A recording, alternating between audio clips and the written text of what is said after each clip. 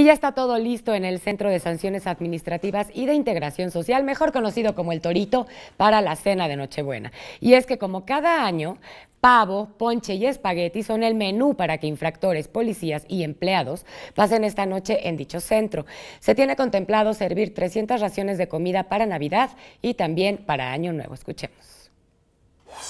Lo que vamos a hacer es aquí tratar de estar con la mayor cantidad posible de arrestados y pasar una cena, cena navideña lo más amena posible para ellos por parte de nosotros